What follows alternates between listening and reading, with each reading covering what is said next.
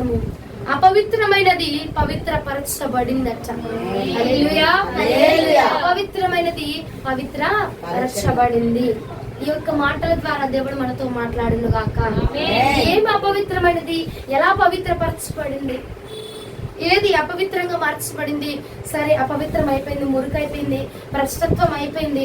మరి అది ఎలాగా పవిత్రతలోనికి మార్చబడింది? అది ఎలాగ మేలైనదిగా మార్చబడింది? అది ఎలా విలువైనదిగా మార్చబడింది? అదిగో మురికైన దాన్ని అయితే అందరూ త్రోసివేస్తా ఉంటారు కదా, మరి పవిత్రముగా ఎలా మార్చబడింది అనేది చూద్దాము. యెషయా గ్రంథము 6వ అధ్యాయం 5వ వచనం. యెషయా గ్రంథము 6వ అధ్యాయము 5వ వచనం చదవండి. నేను అయ్యో నేను అపవిత్రమైన పెదవులు గలవాడను, అపవిత్రమైన పెదవులు గల జనుల మధ్యను నివసించువాడను. నేను నశించి తిని రాజును సైన్యములకు అధిపతియునగు యెహోవాను నేను కనులారా చూచాను అని అనుకున్నాను ప్రభువా. హల్లెలూయా. ఇదిగో ఆయన అంటున్నాడు, అయ్యో నేను అపవిత్రమైన పెదవులు గలవాడను, అపవిత్రమైన జనుల మధ్య నేను నివాసము చేస్తున్న వాడను. కాబట్టి నేనేమై ఉన్నాను? నశించిపోయినాను. నేను అనుకున్నాను, నా రాజుకు సైన్యములకు అధిపతియునగు యెహోవాను నేను కన్నులారా చూచాను అని అనుకుంటున్నా. హల్లెలూయా. చూచాను, చూచితిని అని అనుకుంటున్నా, కానీ భ్రమపడుచున్నారు. ఎందుకంటే నేను ఏమై ఉన్నాను? అపవిత్రుడనై ఉన్నాను గనక, అపవిత్రపరచబడి ఉన్నాను గనక, అపవిత్రమైన జనాంగము మధ్య ఉండి నేను నశించిపోతున్నాను గనక, ఇదిగో భక్తిలో నేను కొనసాగుతున్నాను, ఆత్మీయతలో నేను కొనసాగుతున్నాను అనుకుంటున్నానే, కానీ అక్కడ ఏమై ఉన్నదంటే నేనేమయ్యాను? అపవిత్రపరచబడి ఉన్నాను. ఎందుకనగా నేను ఎవరి మధ్యలో సంచారం చేస్తున్నానండి? అపవిత్రమైన జనుల మధ్యలో నేను సంచారము చేస్తున్నాను. అపవిత్రమైన జనులతో, అపవిత్రమైన మాటలతో, అపవిత్రమైన ముచ్చట్లతో, అపవిత్రమైన స్నేహాలతో నేను ఏమై ఉన్నానంటే అపవిత్రమైపోయాను. అపవిత్రమైన పెదవులు గలవాడనై ఉన్నాను. కాబట్టి నేను నశించిపోయాను. నేటి వరకు అనుకున్నాను, నా రాజు, నా ప్రభువు, నా సైన్యములకు అధిపత్యగు యెహోవాని నేను కనులారా చూచాను, నేను తరించిపోయాను, నా జన్మ తరించిపోయింది అని అనుకుంటూనే ఉన్నాను. కానీ చూడడానికి చూస్తున్నాను, చేయడానికి చేస్తున్నాను, వెళ్ళడానికి నేను వెళుతున్నానే, కానీ నేను ఏమై ఉన్నానండి? అపవిత్రపరచబడి ఉన్నాను అని చెప్పి యెషయా గారు ఇక్కడ మాట్లాడుతున్నారు. ప్రియ సహోదరి సహోదరుడు, మనము కూడా భక్తి చేస్తూనే ఉంటాము, మందిరానికి వెళ్తూనే ఉంటాము, ప్రార్థనలో ఉంటూనే ఉంటాము, భక్తిలో ఉంటూనే ఉంటాము, ఆత్మీయతలో కొనసాగుతూనే ఉంటాము, పరిచర్య చేస్తూనే ఉంటాం. ఆయన అంటున్నాడు, ఏమై ఉన్నాను? నేను అపవిత్రమైన పెదవులు గలవాడినయ్యా, నేను అపవిత్రమైన వాడను, నేను అపవిత్రత నాలోనికి చొరబడి ఉన్నది. దైవ జనమా, ఈ రాత్రి మనము కూడా ఏమై ఉన్నామంటే దేవుడి పని నువ్వు చేస్తా ఉన్నావు, దేవుని మందిరంలోనే ఉంటున్నావు, ఆయన ఒడిలోనే లాలించబడుతున్నావు, ఆయన మాటల చేతనే తృప్తి పరచబడుతున్నావు, ఆయన దగ్గరే ఉన్నాను అని అనుకుంటున్నావు. కానీ మనం ఏమై ఉన్నామండి? అపవిత్రపరచబడి ఉన్నామంట. ద్రోహము చేత, పాపము చేత, ఇదిగో అపవిత్రమైన చూపుల చేత, అపవిత్రమైన మాటల చేత, అపవిత్రమైన ప్రవర్తన చేత ఏమై ఉన్నామచ్చ? అపవిత్రపరచబడి ఉన్నామచ్చ.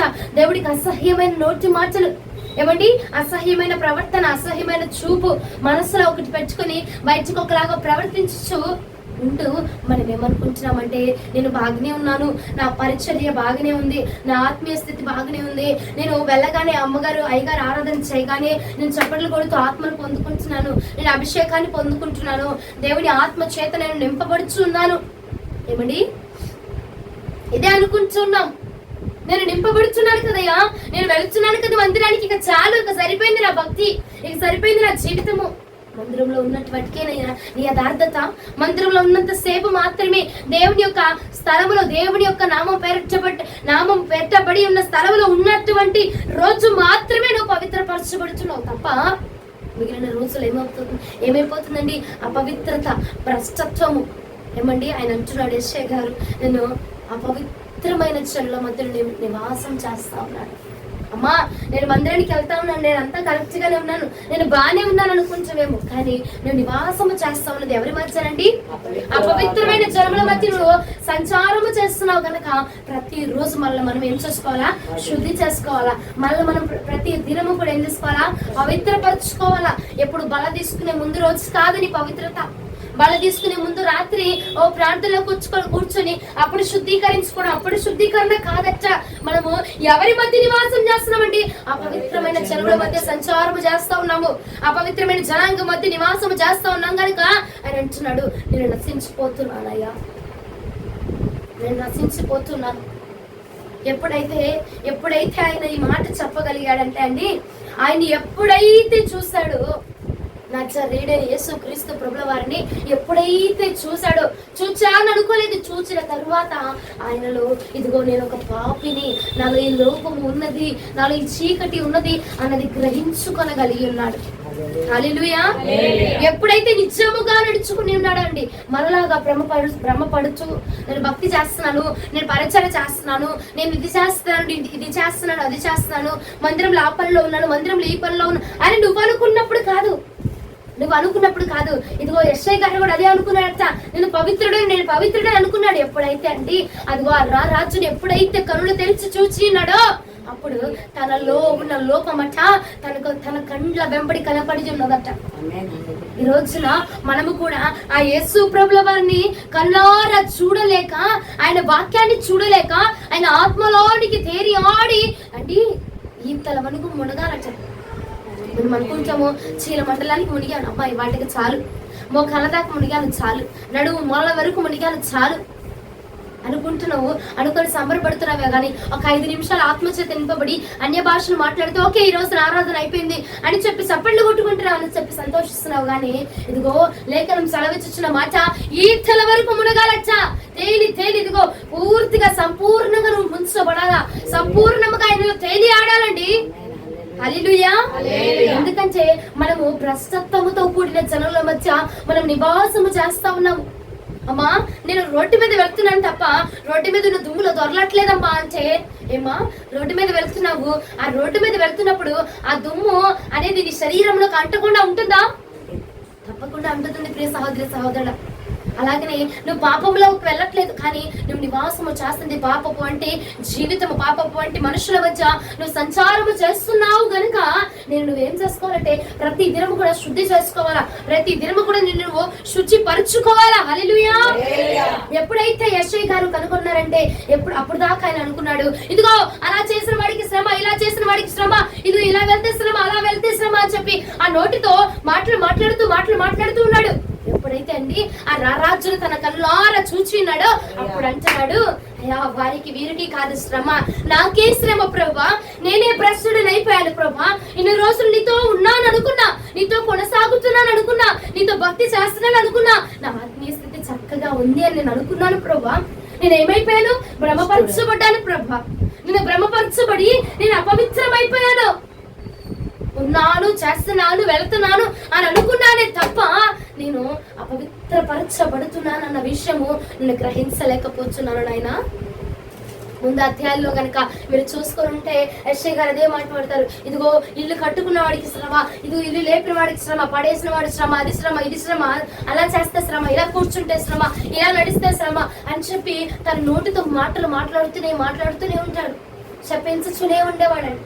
ఎప్పుడైతే ఇదిగో ఇతరుల గురించి మాట్లాడేటువంటి వ్యక్తి ఎప్పుడైతే దైవీకమైన దర్శనమును పొందుకొని ఉన్నాడో, దేవుడి యొక్క ముఖ దర్శనమును చేసుకుని ఉన్నాడో, దేవుడి యొక్క ఆత్మతోటి భేటీ అయ్యి ఏమండి ఆయనతో ముఖాముఖిగా భేటీ అయ్యి ఉన్నాడో చూసావా, అప్పుడు అంటున్నాడు, అయ్యా నేనే అపవిత్రమైన వాడనయ్యా, నేనే అపవిత్రమైన పెదవులు కలవాడను, అపవిత్రమైన జనాంగం మధ్యలో నేనే నివాసం చేస్తున్నాను ప్రభా, నేను నశించిపోయి ఉన్నాను, ఇన్ని రోజులు నేను చేస్తున్నాను చూస్తున్నాను అనుకున్నాను కానీ నేను అది చేయలేకపోయాను.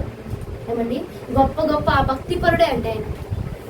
అమ్మా నేను మందిరానికి వెళ్తున్నాను, నేను బాగానే ఉన్నాను, నేను ప్రార్థన చేసుకుంటున్నాను, నా భక్తి అంతా కరెక్ట్ గానే ఉంది అని చెప్పి నేను అనుకోవచ్చు. కానీ ఏం జరుగుతుందంటే మనము మలినమైన లోకంలో నివాసము చేస్తున్నాము కనుక అండి, ఇదిగో అపవాది ఎప్పుడు మన మనకి మట్టి అంటిద్దామా, ఎప్పుడు మనల్ని అపవిత్రపరుస్తామా, ఎప్పుడు మనకి ఆ మాలిన్యము మనలోనికి వచ్చేలా చేద్దామా అని చెప్పి అపవాదట ఎప్పుడు ఎదురు చూస్తూ ఉంటాడట. భక్తిపరుడే అండి శ్రేయ గారు కూడా దర్శనంలో చూసేటువంటి వ్యక్తే, దేవునితో మాట్లాడేటువంటి వ్యక్తే, దేవుని గురించిన ఆ ప్రవచనాలు చెప్పినటువంటి వ్యక్తేనండి ఆయన కూడా. ఆయన ఏమైపోయాడు, ఏమంటున్నాడు ఆఖరికి, అయ్యా నేను అపవిత్రమైన వాడనయ్యా, నేను అపవిత్రమైన పెదవులు గలవాడిన దేవా నన్ను క్షమించవా. ఒకసారి యెషయా గ్రంథం 6వ అధ్యాయం 1-4 వచ్చిన ఒకసారి చదవండి. రాజైన ఉజ్జియా గట్టిగా వృద్ధి పొందిన సంవత్సరమున అత్యున్నతమైన సింహాసనమందు ప్రభువు ఆసీనుడై ఉండగా నేను చూచి తిని, ఆయన చొక్కాయి అంచులు దేవాలయమును నిండుకొనెను. ఆయనకు పైగా శరావులు నిలిచి ఉండేది, ఒక్కొక్కరికి 6 రెక్కలుండెను. ప్రతివాడు 2 రెక్కలతో తన ముఖమును, 2 తన కాళ్ళను కప్పుకొనుచు 2 ఎగురుచుండెను. వారి సైన్యములకు అధిపతియగు యెహోవా పరిశుద్ధుడు పరిశుద్ధుడు పరిశుద్ధుడు, సర్వలోకము ఆయన మహిమతో నిండి ఉన్నది అని గొప్ప స్వరముతో ప్రతిగానము చేయుచుండేది. వారి కంఠ స్వరము వలన గడప గుమ్మముల పునాదులు కదులుచు మందిరపు దూపము చేత నిండి. హల్లెలూయా హల్లెలూయా. ఏం చేస్తున్నాడు? దర్శనంలో చూస్తూ ఉన్నాడు. దేవుని యొక్క చొక్కాయిని చూసాడట, దేవదూతుల్ని, శరాపులను, కెరూపులట, అవి పరిశుద్ధుడు పరిశుద్ధుడు పరిశుద్ధుడు అని గానము చేస్తుంటేనే గడప గుమ్మములట, మందిరపు పునాదులట ఏమిటంట వణిగిపోతున్నాయట. అలాంటి సర్వశక్తుని యొక్క దర్శనం చూసినటువంటి అలాంటి మహాభక్తుడే అంటున్నాడు, అయ్యా నేను అపవిత్రమైన వాడినయ్యా, అపవిత్రమైన పెదవులు కలిగిన వాడు. ఎప్పుడు చెప్తున్నాడండి? ఎప్పుడైతే దేవుని తేలిపాటిగా చూసి ఉన్నాడో, ఆయన మహిమను చూసి ఉన్నాడో, ఆయన యొక్క సార్వభౌమ్యాధికారమును చూసి ఉన్నాడో, అప్పుడు అంటున్నాడు, అయ్యా నేను పాపిని ప్రభా, నేను పాపాత్ముడను ఆయన, నేను అపవిత్రపరచబడిన వాడను దేవా.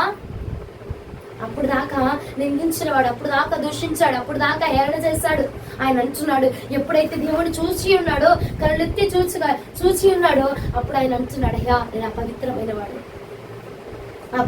అప్పుడు గ్రహించుకోగలిగినాడండి. ఈ రోజున మనము కూడా ఇదిగో వాక్యం అందుకే లేఖనం సెలవిస్తుంది, ప్రభుల వారినట్టు మనము రుచి చూచి తెలుసుకునే వాళ్ళు. హల్లెలూయా. ఆయన ఎప్పుడైతే చూసాడో ఆ పరమాత్ముని చూడగా ఏమండి మనలో ఉన్న పాపమట్ట వెలికి తీయబడుతూ ఉన్నదటండి. ఎప్పుడైతే ఆ పరమాత్ముని చూశాడో, ఆ పరమాత్ముని యొక్క మహిమను చూశాడో, ఆ పరమాత్ముని యొక్క ఘనతను దర్శనంలో చూచినాడో, అప్పుడు ఆ వ్యక్తికి ఏం తెలిసిందండి, తాను ఒక పాపిని అని గ్రహించుకొనగలిగి ఉన్నాడు. ఈ రోజున సహోదరుడు మనం ఏం చేస్తున్నామంటే, ఇదిగో మనకున్న స్థితిని బట్టి, మనకున్న భక్తిని బట్టి వెళ్తున్నాము, వస్తున్నాము, వస్తున్నాం, ఓకే అయిపోయింది, నేను పరిశుద్ధంగా ఉన్నాను, నేను ఓకే పర్ఫెక్ట్ గా ఉన్నాను, నాకు ఏం మచ్చ లేదని చెప్పి ఎదుటి వాడిలో ఉన్న మచ్చని, ఆ యొక్క డాగుని తీసి వేలెత్తి చూపించే వారిగా మనం ఉంటున్నామండి. అది కష్టము. సంఘంలో ఒక పాడామంటే చాలు, ఒక సంఘంలో ఒక ఆరాధన చేస్తామంటే చాలు, సంఘంలో ఒక దైవజనుడి పక్కన కూర్చున్నామంటే చాలు, ఇక నిన్ను మించిన వాడు లేదు అన్నట్టుగా ఏం చేస్తామంటే, ఇదిగో అయ్యా పలానా వాడిలో మచ్చుంది, పలానా వాడిలో ఇలా ఉన్నాడు, పలానా వాడు అలా ఉన్నాడు అని చెప్పి ఏమవుతున్నావంటే నిన్ను నువ్వు అపవిత్రపరుచుకుంటున్నావు. నీకు అర్థమవుతున్నదా? నిన్ను అపవిత్రపరుచుకుంటున్నావు. నీ స్థానాన్ని బట్టి, ఉన్నదాన్ని బట్టి గర్వించిపోయి ఏం చేస్తున్నావంటే నువ్వు గర్వించిపోయావండి, నీ స్థానాన్ని కోల్పోతున్నావు. ఆయన ఎప్పుడైతే ప్రభుల వారిని చూశాడు, అప్పుడు అంటున్నాడు, అప్పుడు గ్రహించాడు తను పాపాత్ముడు. నిజమే కదండి. ఇదిగో ఒక విలువైన వాడిని చూస్తే కదా మన విలువ అంటే ఏంటో తెలిసేది. విలువైన బంగారును దాని విలువ చూస్తేనే వెండి విలువ అనేది మనం గ్రహించగలిగేది. ఇవ్వండి, అవునంటారా కాదంటారా? విలువైన వ్యక్తిని చూసినప్పుడే నీ విలువైన అర్థమవుతుంది. ఆ విలువైన పరమాత్ముడు చూశాడట. యెషయా గారు ఆయన చూడగానే అంటున్నాడు, అయ్యా నేను అపవిత్రమైన వాడినయ్యా, నీ ముందర, నీ తేజో మహిమ ముందర నేను ఎలాంటి వాడను ప్రభా. అయ్యా శరాపులతో కెరాపులతో సైతమునైనా అయ్యా నువ్వు పరిశుద్ధుడు పరిశుద్ధుడు పరిశుద్ధుడు అని గానము చేస్తూ ఉంటే వారు అయ్యా ఈ భూమి సైతం వణికిపోతున్నది కదా. అలాంటి గొప్ప స్వామి అయ్యా నిన్ను చూడగా నాలో ఉన్న లోపం నాకు అర్థమై ఉన్నది. ఎన్ని రోజులండి మనం ఆయన్ని చూడకనే నువ్వేమనుకుంటున్నావు అంటే, నేను భక్తిలో నేను కరెక్ట్ గా ఉన్నాను, నేను నా పరిస్థితుల్లో నేను కరెక్ట్ గా ఉన్నాను. అన్ని రోజులు ఆయన చూడలేదండి యెషయా గారు కూడా. ఆయన అప్పుడు దాకా చూడనంత బట్టికి కూడా ఇదిగో వాడికి శ్రమ వీడికి శ్రమ అని వాడి గురించి వీడి గురించి మాట్లాడాడు. ఎప్పుడైతే ప్రభుని చూసాడో అప్పుడు తన గురించి మాట్లాడుకోవడం మొదలు పెట్టాడు. ఎప్పుడైతే ప్రభుని చూసాడో అప్పుడు వాడిని తనని తాను హెచ్చరించుకోవడం మొదలు పెట్టి ఉన్నాడు. ఈ రోజున నిన్ను నువ్వు హెచ్చరించుకుంటే ఏమండి నీ స్థితి మార్చబడి నిన్ను చూసి అనేకులు నీ క్రియల ద్వారా నోటి మాట ద్వారా నువ్వు ఎన్ని మాటలు చెప్పినా ఎవడు మార్చబడ్డు నీ క్రియట ఇంకొకరికి మారు మనస్సును దయచేస్తున్నాడు. హల్లెలూయా. ఎన్ని చెప్పు చెవిటి వాడి ముందట శంఖం ఎన్ని వందల సార్లు ఊదినా ప్రయోజనం లేదు. అది నీ క్రియ ఒకరికి మారు మనసుని తీసుకొని వస్తుంది. చీమలు చూసి నేర్చుకోండి. ఇదిగో చీమలంట ఇదిగో దారి పొడుగుతా వెళ్తా ఉంటాయి. ఒక దాని వెంబట ఒకటి వెళ్తూనే ఉంటాయండి. ఒక క్రమాన్ని పాటిస్తూ ఉంటాయి. అవి క్రియల్లో చూపిస్తున్నాయి. అంతేగాని ఒక చీమ వెళ్ళిపోయే దారిలో నిలబడి స్ట్రైట్ గా రండి అటాలని చెప్తుందా? ఒక దాన్ని వెంబడిస్తూ ఆ క్రియను ఆ క్రమాన్ని వారు జరిగించుచూ ఉన్నారండి. ఈ రోజున నిన్ను చూసి ఇంకొకరు నేర్చుకోవాలి ఆ క్రమాన్ని. నిన్ను చూసి ఇంకొకరు అది గ్రహించుకోవాలి. అది ఎటువంటి క్రమమైనను నిన్ను చూసి వేరొకరు నేర్చుకునే విధముగా ఉండాలి. ప్రియ సహోదరి సహోదరుడా, అప్పుడు ఎప్పుడైతే ఆత్మచేత నింపబడ్డాడో, ఎప్పుడైతే దైవీకముగా ఆయనను చూచున్నాడో అప్పుడు తను గ్రహించుకోగలిగాడు. పాపాత్ముడు గ్రహించుకున్నాక ఏం చేస్తాడో తెలిసిన ఒప్పుకున్నాడన్నయ్యా, నేను అపవిత్రమైన పదవులు గలవాడనయ్యా. గ్రహించాడు. తండ్రిని చూసిన తరువాత తనకు గ్రహింపు వచ్చింది. అపవిత్రుడను అన్న గ్రహింపును పొందుకున్నాడు. మరి సరే పొందుకున్నాడు, తెలుసుకున్నాడు. మరి ఎలా పవిత్రపరచబడ్డాడు చూడండి ఒకసారి. యెషయా గ్రంథము 6వ అధ్యాయం 7వ వచనం నుంచి చదవండి ఒకసారి. ఇది నీ పెదవులకు తగిలిన గనుక నీ పాపమునకు ప్రాయశ్చిత్తమాయెను, నీ దోషము తొలగిపోయెను అనెను. అప్పుడు నేను ఎవరిని పంపేదను, మా నిమిత్తము ఎవడు పోవునని. యెషయా గ్రంథము 6వ అధ్యాయం 6-7 వచ్చింది. అప్పుడు ఆ శరావుల్లోనప్పుడు తాను బలిపీఠము మీద నుండి కారుతో తీసిన నిప్పును చేత పట్టుకొని నా యొద్దకు ఎగిరి వచ్చి నా నోటికి దాన్ని తగిలించి, ఇది నీ పెదవులకు తగిలను గనక నీ పాపమునకు ప్రాయశ్చిత్తమాయెను, నీ దోషము తొలగిపోయెను అనెను. హల్లెలూయా. హల్లెలూయా. ఒప్పుకున్నాడు. ఒప్పుకున్న తర్వాత ఏం జరిగిందండి? ఒప్పుకున్న తర్వాత వెంటనే శరాపులలో నుంచి ఒకడు వచ్చి ఇదిగో కారుతో నిప్పును తీసుకొని వచ్చట. ఇదిగో ఆయన పెదవులకు తగిలించి ఇదిగో ఆయన అంటున్నాడు, ఇదిగో అపవిత్రమైన పెదవులు గలవాడమైన నీవు, ఇదిగో ఈ కారు నిప్పు నీ పెదవులకు తగిలించబడిన తరువాత ఇప్పుడు నువ్వేమై ఉన్నావు? పవిత్రపరచబడ్డావు. నీ పాపములు క్షమించబడ్డాయి. నువ్వు దూషించిన దూషణంతా కూడా క్షమించబడింది. ఇప్పుడు నువ్వు పవిత్రునిగా మార్చబడి ఉన్నావు. నీ అపవిత్రత యావచ్చును కూడా నేను కొట్టివేసి ఉన్నాను. గట్టి కొట్టండి. అతను నార్మల్ గా కూర్చోండి అంతే. కొడితే బిగ్గర కొట్టండి. ఏమండి చేస్తే గట్టిగా స్తుతించాలి దేవుణ్ణి. మీరేదో నేను చెప్పిన మాటను బట్టి కాదుగా మీరు స్తుతిస్తుంది చప్పట్లు కొడుతుంది. కొడితే గట్టి కొట్టండి, లేదంటే చక్కగా కాము కూర్చోండి. ఏం పర్వాలా, ఇబ్బంది ఏం లేదు. ఎప్పుడైతే ప్రభు యొక్క అగ్నిని ఆయనను చూచి ఉన్నాడో, చూచిన తర్వాత ఆయన గ్రహింపును పొందుకున్నాడండి.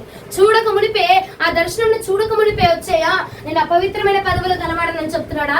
చూచిన తరువాత అంటున్నాడు, నేను అపవిత్రమైన వాడనయ్యా. ఇదిగో ఇంత పరిశుద్ధులమైన నీ ముందు నేను ఒక మచ్చ, నేను ఒక డాగు, నేను ఒక ముడతను ప్రభా అని చెప్పి ఒప్పుకుంటున్నాడు. ఒప్పుకున్న తర్వాత దేవుడు చూచి ఇదిగో ఆయన శరాపులలో నుంచి పంపించి కారు నిప్పుతోటి తన పెదవులను ఏం చేశాడట? కాల్చి వేసి అంటున్నాడు, ఇదిగో నీ పాపములకు ప్రాయశ్చిత్తము వచ్చినది. నువ్వు పశ్చాత్తాపడ్డావు గనుక నీ పాపములకు ఏం జరిగింది? ప్రాయశ్చిత్తం వచ్చింది. నీ దోషమును తొలగిపోయెను.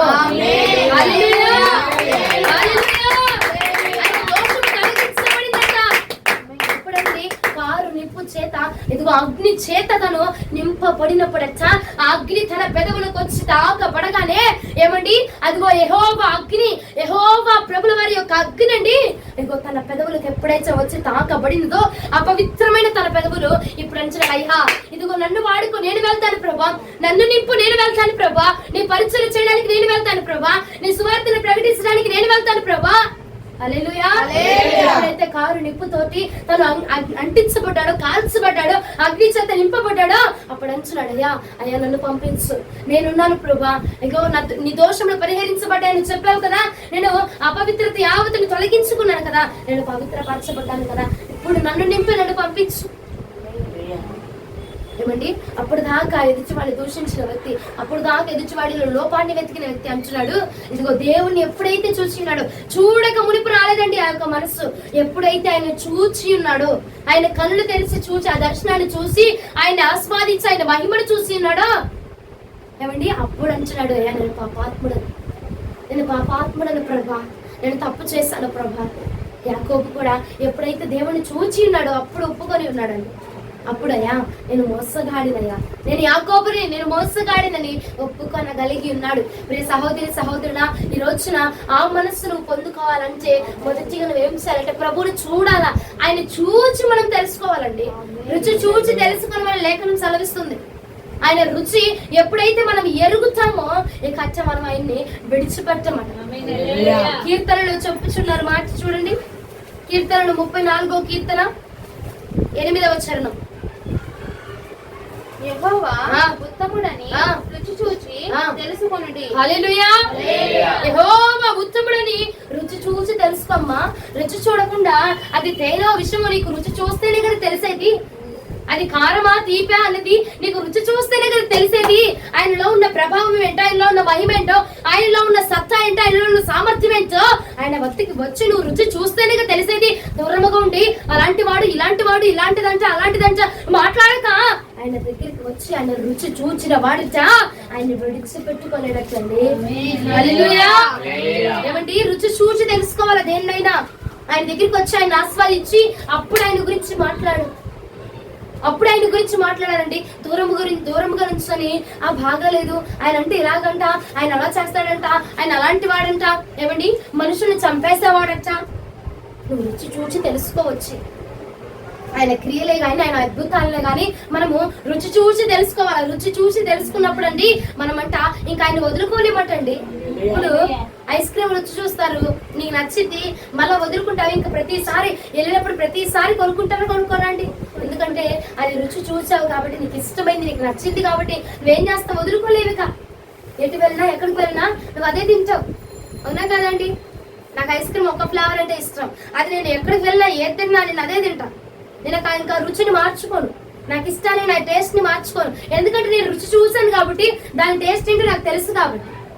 అలాగే నువ్వు ప్రభుల వారి వద్దకు వచ్చి ఆయన రుచి చూస్తేనే కదా నీకు అర్థమయ్యేది. రుచి చూడకుండా ఇలా చేస్తాడంటగమ్మా, మీ దేవుడు అలాంటి చేస్తాడంటగమ్మా, మీ దేవుడు అది చేస్తాడంటగా, మీ దేవుడు ఇలా కుడతాడంటగా, మీ దేవుడు చచ్చిపోయిన వాళ్ళు లేపుతాడంటగా అంటే నువ్వు కూడా వస్తే నిన్ను కూడా లేపగలిగిన సామర్థ్యం తెలియని వాడట. ఇదిగో సిలువను గురించిన వార్త వాడికి వెర్రితనముగా ఉండదటండి. రుచి తెలియని వాడు ఎన్నో మాటలు మాట్లాడతాడు. రుచి తెలిసిన నీవు, ఇదిగో గ్రహించుకున్న నీవు ఆయన అగ్ని చేత నింపబడిన తోడునే ఇదిగో ఆయన విడిచిపెట్టుకోలేకపోతావచ్చండి. హల్లెలూయా. ఆయన ఎలాంటి అపవిత్రమైన పదవులు కలిగిన వాడని అన్నాడు. మరి ఎలా పవిత్రపరచబడ్డాడంటే దేవుని యొక్క అగ్ని చేత నింపబడి ఆయన అగ్ని చేత కాల్చబడినప్పుడు అప్పుడంటే ఆయన అంటున్నాడు, ఇదిగో నీ దోషం పరిహరించబడింది. హల్లెలూయా. మందిరంలో ప్రతిసారి పొందుకోండి, అగ్నిని పొందుకోండి, ఆత్మను పొందుకోండి అని ఎందుకు చెప్తారంటే నీ దోషము పరిహరించబడాలి. ఏ నాటికీడు ఆ నాటికి చాలిక. మరుసటి రోజున మోసుకొని వెళ్ళాల్సిన మందిరానికి వస్తున్నావు, ఆ నాటికి చాలు, ఆ వారానికి చాలు. నువ్వు చేసిన తప్పంతా, చేసిన ఆ పాపమంతా ఏం చాలా, ఆ నాటికి చాలిక. మరలా దాన్ని మోసుకొని వెళ్ళి ఆ కీడుని, ఆ పాపాన్ని, ఆ దోషాన్ని మోసుకొని వెళ్ళబాక. ఆదివారము ఇదిగో దేవుడు నిన్ను తన ఆత్మశక్తితోటి నింపుతుండగా, శుక్రవారం నింపుతుండగా, గురువారం నింపుతున్నాడా. ఎప్పుడైతే దేవుడు తన ఆత్మశక్తి చేత నిన్ను తాకుతున్నాడో ఆ అగ్ని చేత కాల్చబడిన వాడటండి, అపవిత్రమైన పెదవులు కలిగిన వాడట. అగ్ని చేత కాల్చబడిన తరువాత పవిత్రపరచబడి ఉన్నాడు. హల్లెలూయా. ఎప్పుడైతే ఇదిగో నువ్వు ప్రార్థించయా, నేను అపవిత్రమైన నేత్రాలు కలిగి ఉన్నాను ప్రభా, నా నేత్రాలు ఏది పడితే అది చూస్తున్నాయి, నీకు ఇష్టం లేని వాటిలో, నీకు ఇష్టం లేని వైపు నా తలంపులు, నా ఆలోచనలు వెళుతున్నాయి ప్రభా, నీ అగ్ని చేత కాల్చవా అని నువ్వు ప్రార్థించగా ఏమంటే ఆ తలంపులు వల్ల నీలో రేగగలుగుతాయా? చక్కని కొయ్య కాలినట్ట దేవుడు అగ్ని చేత కాల్చి వేస్తా ఉంటాడు అంటండి. ఏ డాగైనా, ఏ మచ్చైనా, ఏ ముడతైనా అడిగయ్యా, ఇదిగో ఇందులో ఇది నాలో పని చేస్తుంది ప్రభా. ఇదిగో నేను ఎవరి బిడ్డలు, మరి ముఖ్యంగా అయ్యా ఈ చూపులతో, ఈ ఆందోళనతో, ఈ ఆలోచనలతో నేను పడిపోతున్నాను ప్రభా. నా నోటి మాటతో నా పడిపోతున్నానయ్యా, నా హృదయంతో నేను పడిపోతున్నాను ప్రభా. నీ తలపులతో నేను నిలవలేకపోతున్నానయ్యా. నన్ను ప్రార్థించయ్యా, నీ అగ్ని చేత నన్ను కాల్చండి ప్రభా. నీ అగ్ని చేత నన్ను కాల్చు. ఈ అపవిత్రమైన నా ఈ దేహాన్ని, ఈ అపవిత్రమైన ఆలోచనలు, ఈ అపవిత్రమైన తలంపుల్ని నీ అగ్ని చేత కాల్చండి అయ్యా అని నువ్వు ప్రార్థన చేయగా ఆ అగ్నిలో అట ఆ వ్యర్థమైన ప్రతిదీ కూడా సమస్తము కాల్చివేయబడబోతున్నది. ఆ వ్యర్థమైన సమస్తమును కూడా నా ప్రభుల వారి ధరించినటువంటి అగ్ని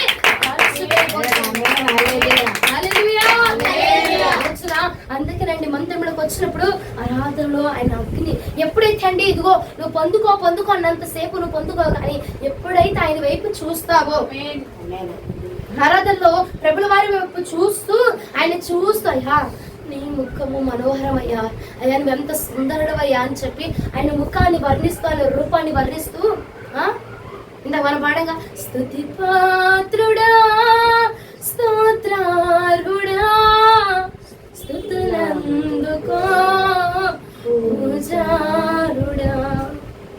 అయ్యా నువ్వు నిజంగా పూజారుడు, నా స్తుతులు అందుకో ప్రభా అని చెప్పి ఆయనని ఆత్మ లోపల ఆయన ఆత్మతోటి నువ్వు స్తుతిస్తూ ఆయన ముఖాన్ని దర్శనం చేసుకుంటూ ఏమండి ఆయనతో పాటుగా నువ్వు ఆరాధన చేస్తా ఉంటే ఎందుకు దిగిరాదండి అగ్ని? నాకు అర్థం కాదు.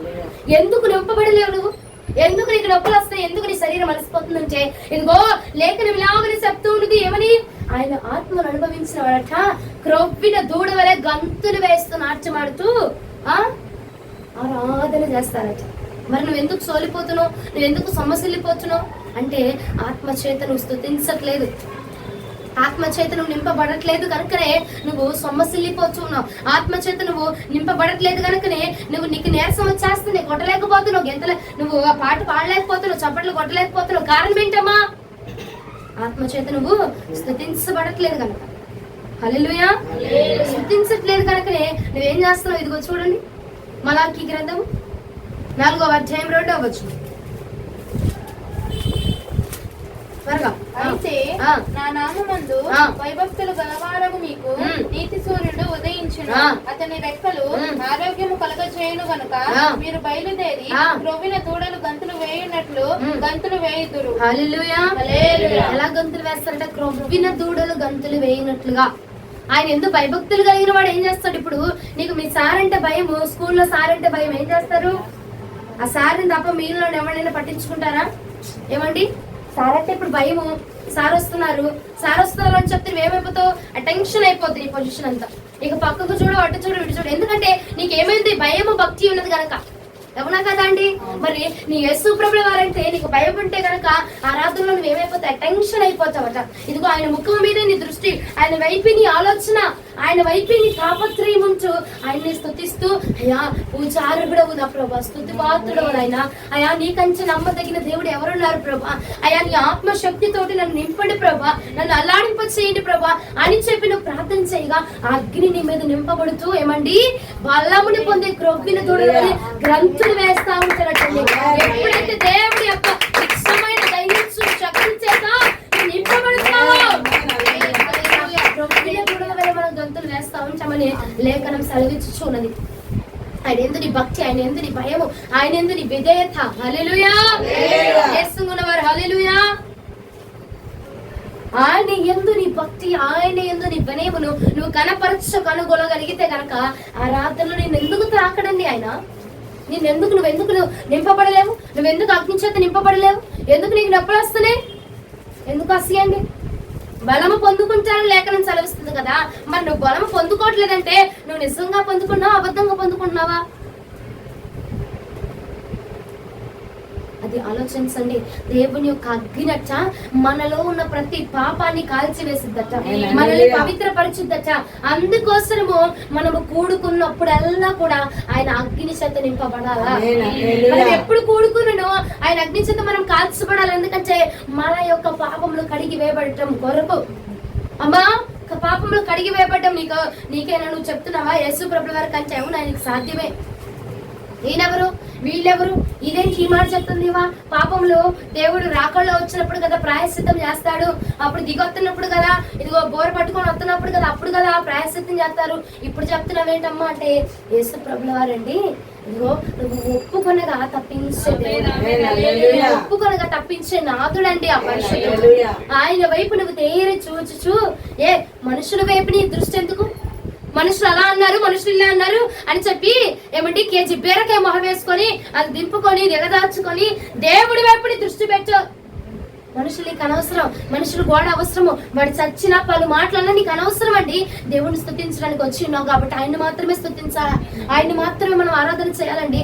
ఆయన తప్ప నీకు ఇంకో ధ్యాస ఉండకూడదు. అమ్మ వాళ్ళు ఉన్నారు, వాళ్ళ ముందు నేను బాధపడుతున్నట్టు నా ముఖం కనపడాలి అని చెప్పి నువ్వు బాధని వ్యక్తం చేస్తున్నావు, కానీ ఆయనకి నీ ఆరాధన వ్యక్తం చేయలేకపోతున్నావు, ఆ రాత్రిని వ్యక్తం చేయలేకపోతున్నావు. అందుకే నువ్వు ఆయన చూడలేకపోతున్నావు, అందుకే ఆయన అగ్ని చేత నువ్వు కాల్చబడలేకపోతున్నావు. ఈ పాపపు మూటని నువ్వేం చేస్తున్నావు? ఇంటికి మరలా తీసుకొని మోసుకొని మరలా వెళ్తూ ఉన్నావు. ఆయన ఎప్పుడైతే యెషయా గారు చూశాడా అండి, చూసి అయ్యా నిజమే కదా నేను అపవిత్రమైన మాటలు మాట్లాడాను అయ్యా అని చెప్పి వదిలేలా. అయ్యా నేను అపవిత్రమైన పదవులు కలిగిన వాడును, నేను క్షమించండి, నేను అపవిత్రమైన మాటలు మాట్లాడా ఇప్పుడు దాకా, నేను క్షమించండి అని వేడుకొన్నాక ఆయన అగ్ని దిగి వచ్చి ఆయన పదవులు కాల్చి వేయబడిందట.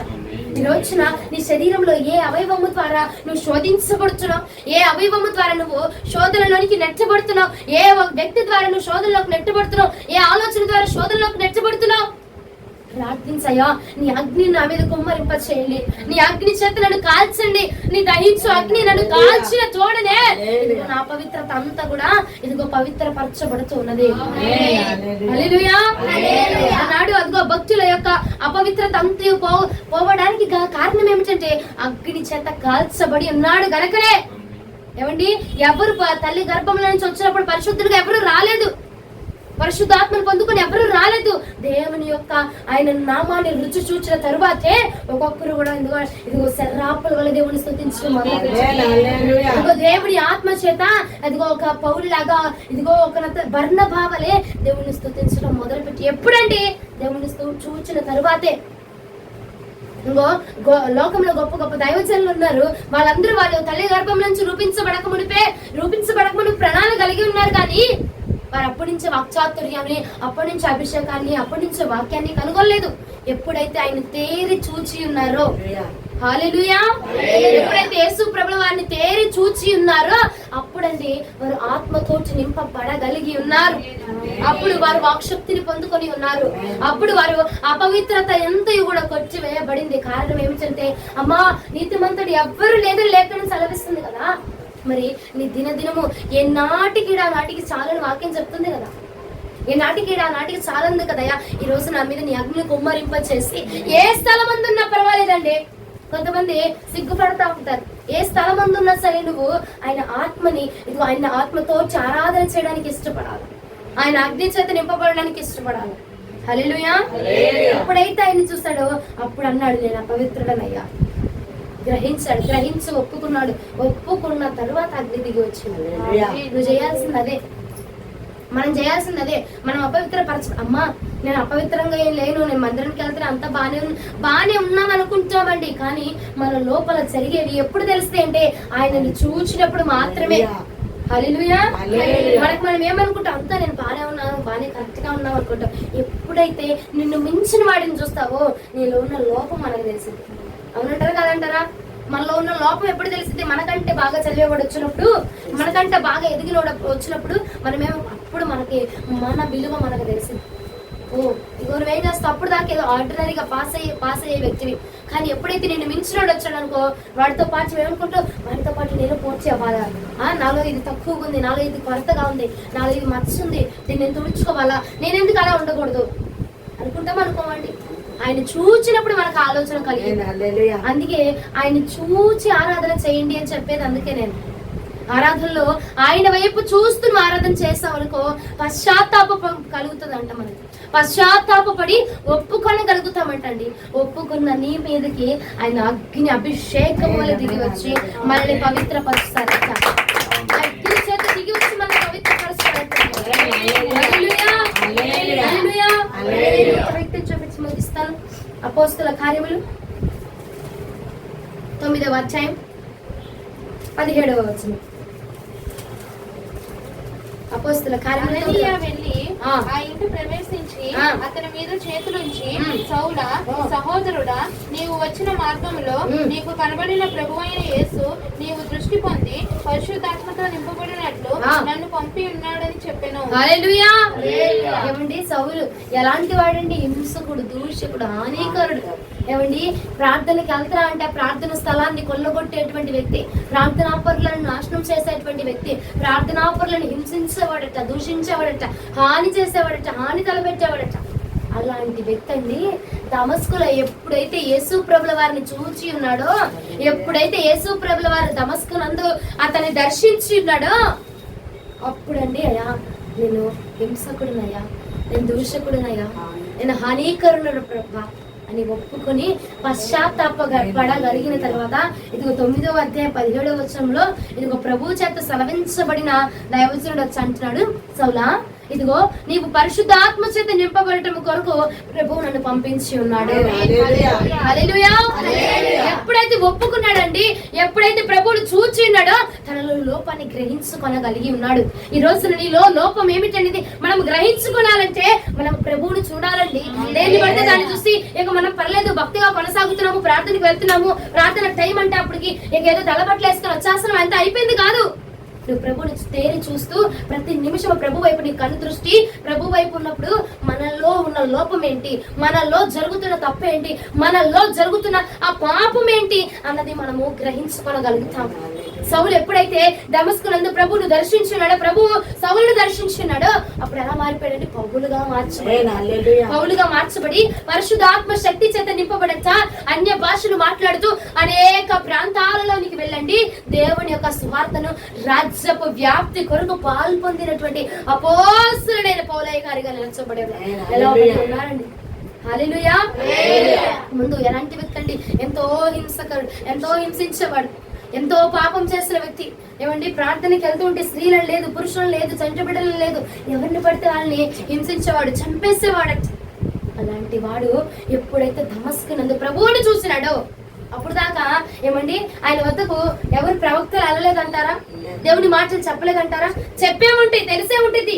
కానీ ఎప్పుడైతే ప్రభువుని చూచి ఉన్నాడో అప్పుడు తన మనసు మార్చుకొని ఉన్నాడు. మనము కూడా మార్చబడాలంటే కొంతవాటికి ఏదో 50% మార్చబడగలుగుతాం, కానీ సంపూర్ణముగా నువ్వు సంపూర్ణము చేయబడాలంటే ప్రభువుని చూడాల్సిందే. అంటే ఈ భూమి మీద సంపూర్ణులు ఎవరు లేరండి. వాళ్ళని చూసి వాళ్ళ మాదిరిగా నడుచుకోవాలంటే ఎవరు లేరు సంపూర్ణులు. నువ్వు సంపూర్ణం ఎప్పుడు అవ్వగలుగుతావంటే ఆయన చూసినప్పుడు మాత్రమే, ఆయన వెంబడించినప్పుడు మాత్రమే, ఆయన కలుగుతున్నప్పుడు మాత్రమే మనం సంపూర్ణం చేయబడగలుగుతామండి. హల్లెలూయా. నీ అపవిత్రత పవిత్రపరచబడాలంటే మొదటిగా నువ్వు ఆయన చూడాలా. ఆయన చూచి, ఆయన రుచి చూచి ఆయన దగ్గరకు వచ్చి నేను ఇదయ్యా పలానా ఇలా ఉన్నాను, లేదా నీ బాధ అంతా చెప్పుకో, వెల్లడించుకో. ఆయన్ని చూడు నువ్వు. ఫస్ట్ ఆఫ్ ఆల్ ఆయన్ని చూస్తే అప్పుడు మనలో ఉన్న లోపం ఏంటో, మనం ఏంటో అప్పుడు గ్రహించగలుగుతాం. లేకపోతే అండి నేనే తోపు, నేనే తురుము, నేనే ఇదే నోడు, నేనే బలవంతుణ్ణి, నాకంటే ఎవరు లేరు ప్రార్థన పనులు. ఒక్కసారి ఆయన వైపు తిరిగి చూడు. పౌలు గారు కూడా అనుకుని ఉన్నాడు, నన్ను మించిన బలవంతుడు ఎవడు లేడు, నా దగ్గర ఉన్నంత ధనం ఎవరి దగ్గర లేదు, నా దగ్గర ఉన్నంత జ్ఞానం ఎవరి దగ్గర లేదు అనుకుని ఉండొచ్చు. కానీ ఎప్పుడైతే యేసు ప్రభుల వారిని చూసి ఉన్నాడో దమస్కునందయ్యా నువ్వు ఎవరు ప్రభువా అని అంటే ఆయన అన్నాడు, నువ్వు హింసించుచున్న యెహోవాను నేనే, నువ్వు హింసించుచున్న దేవుడిని నేనే. సౌలా, ఎంత ముట్టుకు నన్ను హింసిస్తావు అని అనగానేమండి గుండె బద్దలైపోయిందండి. గుండెకి బద్దలైపోయింది ఆ మాట మాట్లాడగా. రుచి చూశాడండి, చూసి స్వరం విని తెలుసుకున్నాడు ఆయన అంతే. హల్లెలూయా. ఏమండి, తేనె బాగుందని నేను చెప్తా, నేను చెప్పిన దానికి నువ్వు తినడానికి తేడా ఉండిద్ది కదా.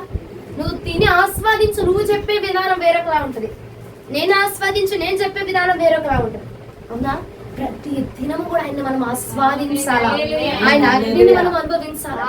ఏ స్థలంలో ఉన్నాం అన్నది కదా మ్యాటర్. అక్కడ నువ్వు పూర్వ గుడిసెలో ఉన్నా, బంగ్లాలో ఉన్నా, మేడగదిలో ఉన్నా, ఇరుకు గదిలో ఉన్నా, ఏ సందులో కూర్చొని నువ్వు ప్రార్థన చేసినా ఆ స్థలం వద్దకట దిగి వచ్చే దేవుడు. ఏ నిమిషమైన, ఏ రోజైనా, ప్రతి దినము కూడా ఆయన అగ్ని చేత మనం నింపబడాలా. సౌలు దర్శించినప్పుడు పలానా ఆదివారం నాడు మధ్యాహ్నం 3 గంటలకి ఇదిగో ప్రభుల వారు దర్శించి ఉన్నారని లేఖనం సెలవిస్తుందా?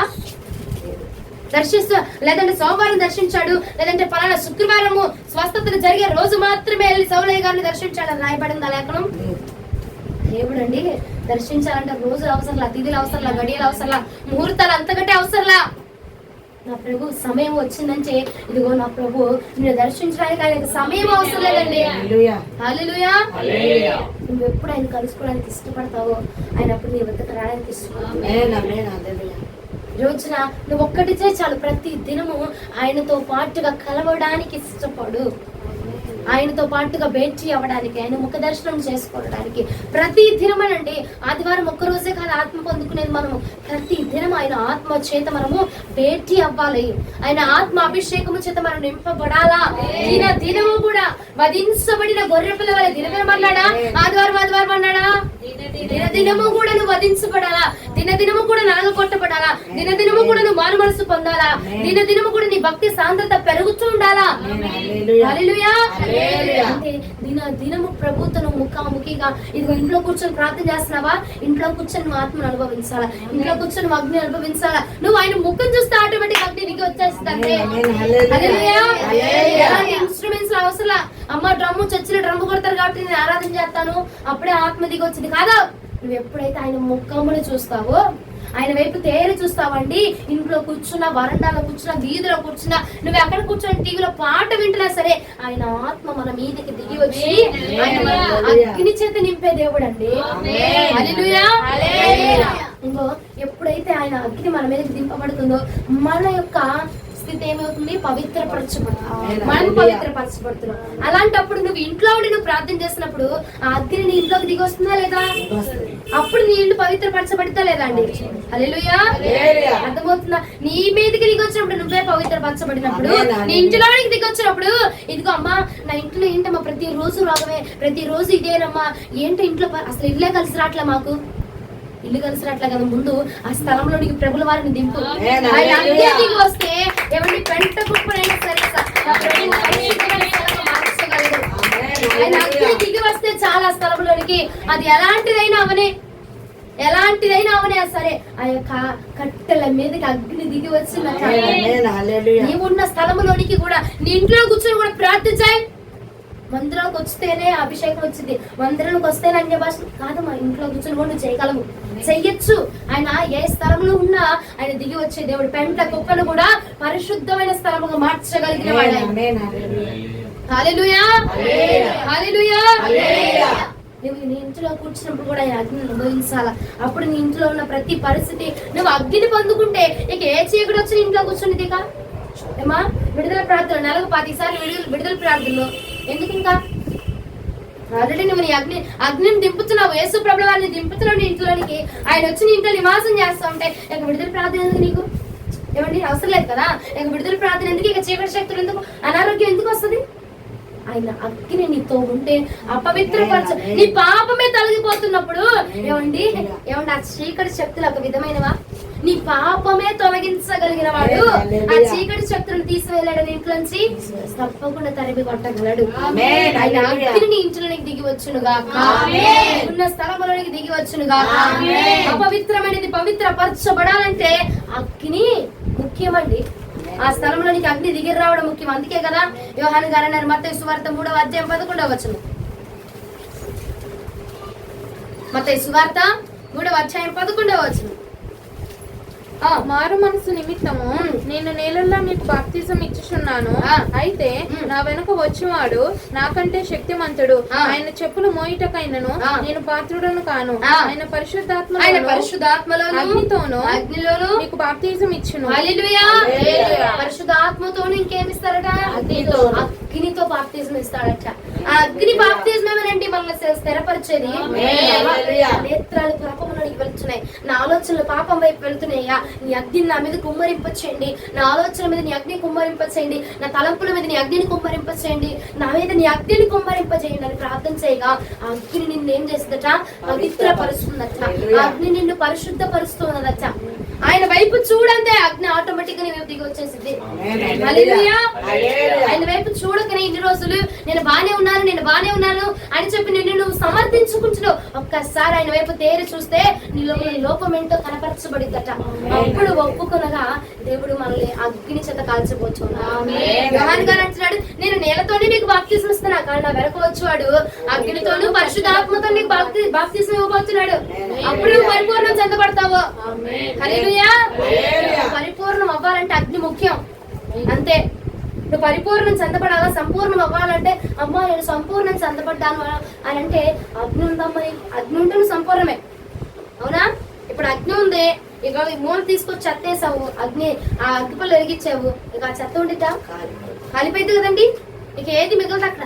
అలాగే నువ్వు కూడా పరిపూర్ణం అవ్వాలంటే నీలో ఉన్న చీకట్లు, నీలో ఉన్న అపరాధము, దోషం, మల్లము, డాగు, మత్స, ముడత అన్ని పోవాలి అంటే అగ్ని ముఖ్యం.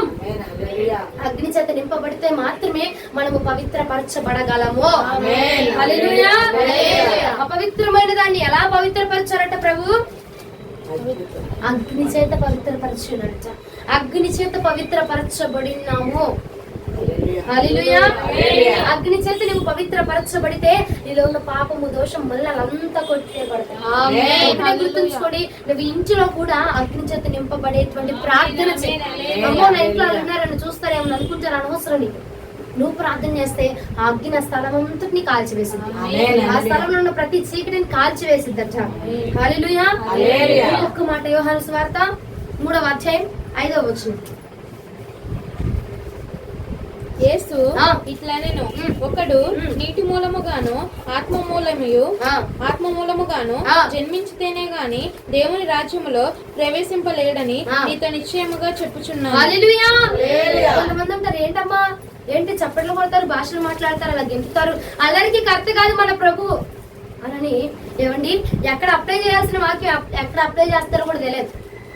ఆత్మతోటి నువ్వు ఆరాధన చేస్తున్నావు, మరి పరిశుద్ధుడు పరిశుద్ధుడు పరిశుద్ధుడు అని శరాపులు కెరాపులు ఇదిగో దూతలు ఏం చేస్తున్నాయి?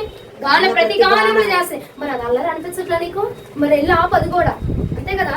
అల్లరితోటి చేస్తున్నారు ఎందుకు? అల్లరి కాదు, దేవుని నామాన్ని గణపరుస్తున్నారు. దేవుడి ఆత్మతోటి ఆయన లేఖనం ఏం సెలవిస్తుంది? నువ్వు నీటితోటి ఆత్మ బాప్తిజం పొందుకొని వచ్చి నేను పైకి లేపుతా అంటున్నాడా? ఆయన రాజ్యంలో నువ్వు నింపబడాలంటే ఇదిగో నీటితోటి కావాలా, ఆత్మతోటి నువ్వు బాప్తిజాన్ని పొందుకోవాలి. చదువు ఒకసారి మళ్ళా. యేసు ఇట్లా నేను ఒకడు నీటి మూలముగాను ఆత్మ మూలముగాను జన్మించితేనే గాని దేవుని రాజ్యంలో ప్రవేశింపలేడని ఆత్మ మూలముగా జన్మించితేనే గాని దేవుని రాజ్యంలో ప్రవేశించలేవు. ఎవరు చెప్తున్నారు అక్కడ? యేసు ప్రభువు గారు చెప్తున్నారా? ఆంధ్రయ్య చెప్తున్నాడా? పేతురు గారా? పౌలయ్య గారా? లేకపోతే నీ దైవజనుడా? యేసు ప్రభువు గారు అంటున్నాడు, ఆత్మ మూలముగా జన్మించితేనే గాని. ఎందుకు జన్మించాలండి? ఆత్మ మూలంగా. ఆత్మట మనకు ప్రతిది వివరించదట. ఆత్మ మూలముగా జన్మించితే ఏది పాపము, ఏది అపవిత్రత, ఏది మస్టు, ఏది మరణము, ఏది విలువైంది, ఏది శ్రేష్టమైంది, ఆత్మ మనకు ప్రతిది బోధిస్తుంది. హల్లెలూయా. అందుకే అన్నాడు, నువ్వు బోధించబడి తప్పించబడినట్లుగా నువ్వు ఆత్మతో కూడా నింపబడాలా, ఆత్మలో కూడా నువ్వు జన్మించాలా. ఆత్మతోటి జన్మించదేనే గాని పరలోక రాజ్యంలో నువ్వు చేర్చబడలేవు. హల్లెలూయా. అందుకోసం నువ్వు ఆత్మతో జన్మించబడాలా, ఆత్మతో. ఎందుకంటే ఆ పరలోక రాజ్యంలో చేర్చబడాలి. ఎలా ఉంటాలాగా? నీటితోటి బాప్తిజం తీసుకున్నంత మాత్రం నువ్వు పవిత్రపరచబడవు. ఆత్మ కావాలా మనకి. వాక్శక్తి అనుగ్రహించబడాలంటే ఇదిగో బైబిల్ చదువుతున్నావు, ఆ బైబిల్ ఆ వచనంలో ఉన్న అర్థము, దాని పరమార్థం వివరించాలంటే ఎటువంటి పిహెచ్డీలు, బిఏలు, ఎంబీఏలు చదివినోడు వల్ల ఎవరి వల్ల కాదు, ఆత్మ మాత్రమే మనకు బోధించగలదు. ఆ ఆత్మ బోధించిన ప్రకారం మనం నడుచుకుంటే మన పాపము, అపవిత్రత ఎంత కూడా కొచ్చివేయబడుతూ ఉన్నది. హల్లెలూయా. హల్లెలూయా. అపవిత్రమైనది పవిత్రపరచబడాలంటే అగ్ని చేత కాల్చబడాలా. హల్లెలూయా. అపవిత్రపరచబడిన మనం పవిత్రత ప్రతి దినము పవిత్రపరచబడదుము గాక. ప్రతి దినము నీ ఇంటిలో కూడా అగ్నిని మనం పొందుకొందుము గాక. అగ్ని చేత మనం నింపబడదుము గాక. అగ్ని మనల్ని పవిత్రపరచును గాక. వాక్యం ప్రభు మన వెనుకడిలో దీవించును గాక.